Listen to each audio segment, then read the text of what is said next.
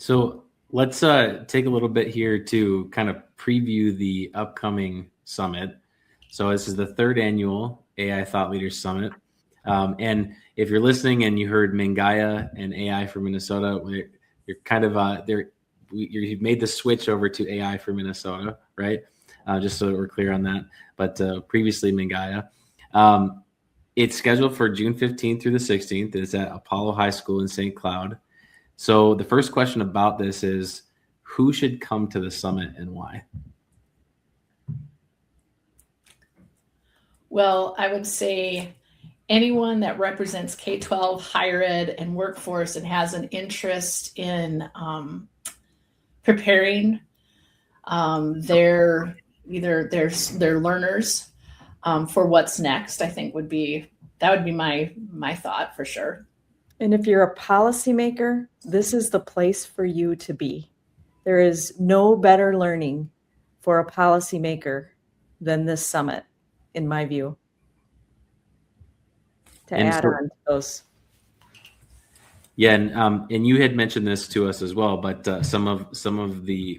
you'll have folks from different states, but also from bigger organizations like COSIN, and Keith Kruger will be in attendance as well. And it's a chance to connect all those voices, which is really great. What do you hope attendees leave with after that conference? I hope people come and they're empowered and they have actionable ideas that they can implement back in their organizations, whether it's a classroom, a school, a district, higher ed, workforce agencies. That's what I would hope, is because it's not just a thought leader. We're not just coming to think, but also think about what we can do to improve the experience back for the people we serve back home. That's great. I hope they leave with a lot of agency and energy and hope, and make the changes. Know that the changes we need, they are the ones that can help us make them, right? Everyone needs to feel that they have a voice and an ability to move our education system to the very best that it can be. And so my hope is they leave with a really strong sense of agency and hope. And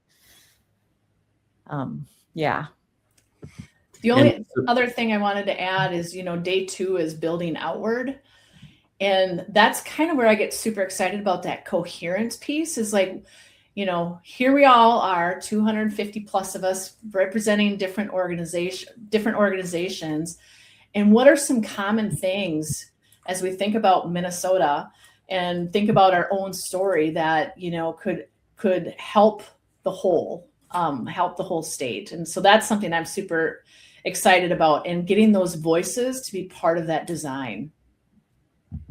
So, and one of the things too is the core of the conference is Minnesota folks, right? And those that are coming to the conference from Minnesota to offer insights and share with others. What about you have 2 featured speakers at the event, your spotlight speakers, Chris Agnew, who's done some things with the Stanford research that came out, and then Matthew Winters, who, Donna, you had mentioned, and works with the Utah State and some of the things that they're doing there. What was the choice? Why were those 2 chosen, or what were you hoping with that? Well, I think, our conference is leading learning in the age of AI. And Stanford has recently published a lot of research of what it is, what does it mean to learn in the age of AI.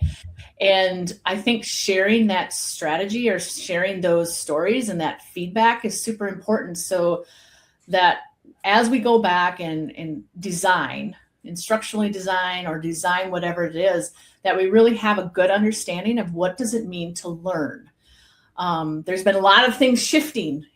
Back in the day, if I had a Power or a Google slideshow, that was an artifact of learning. And I think things are slowly starting to shift, and we have to think about, what is the current research? What is that base, and what does it look like?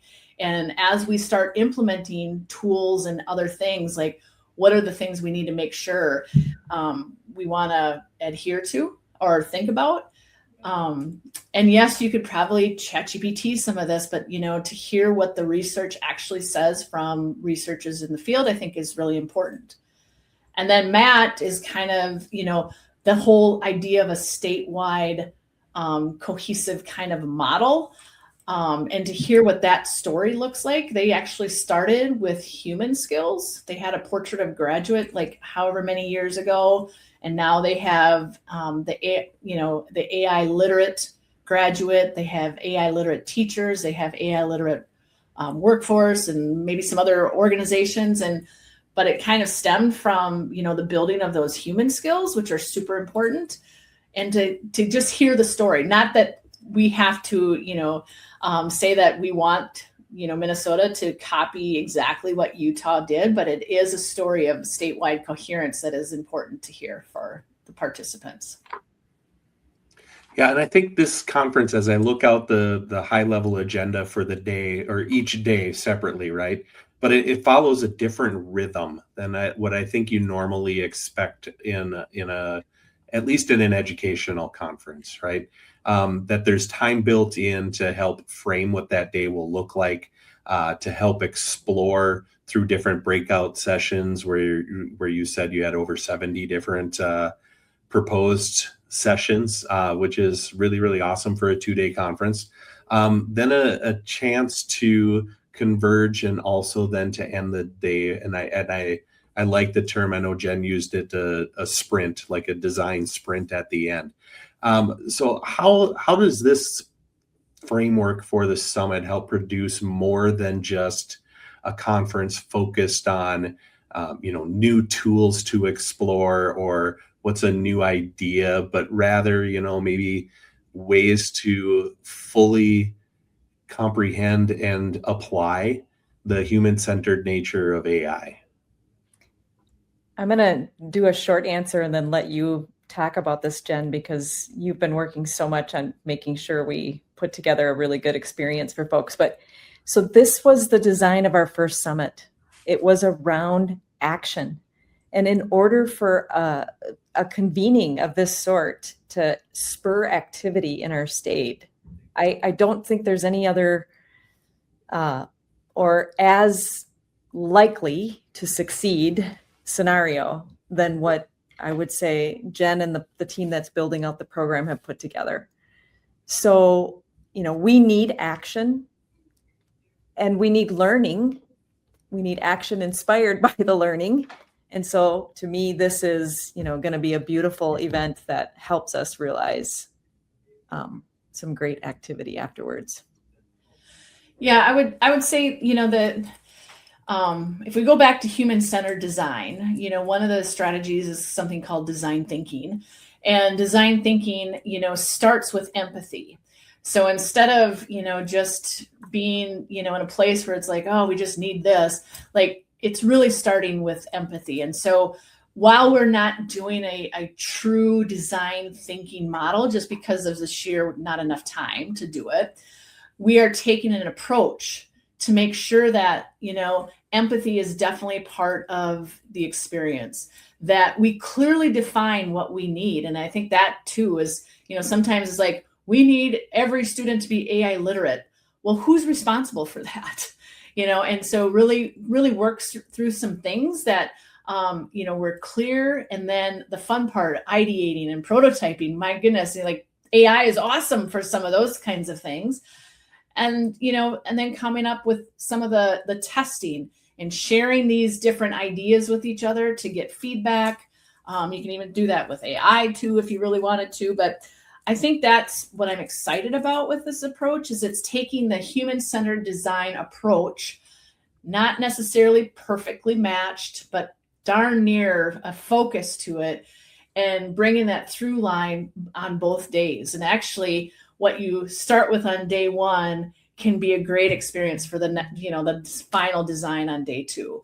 Or if you're just coming for day two, you'll still get that through line. So I think that was the thing that our design group has been working on is like, how can we make it cohesive and so that and very active and interactive. Because too often there's a lot of times where I've been to a conference and you just sit and get and listen, and you might have a couple of table talks, which are great. But that's where this is just going to be a little different. We really want those ideas and opportunities that we should be thinking about to come out in the conference or in this. Well, Donna, Jen, it's been great having you talk to us about all these different concepts and about the work that AI4MN is doing. And could you talk just briefly about where folks can get the information for the event and registration, the session breakdown, all that type of thing? Sure. I would encourage anyone in Minnesota or even the tri-state area to check out AI4MN.org, and that's AI, the number 4, MN.org. And there you can see, who all of our sessions that have been published, the overview. You can still register, so please join us. And I'm excited for this opportunity and look forward to June 15th.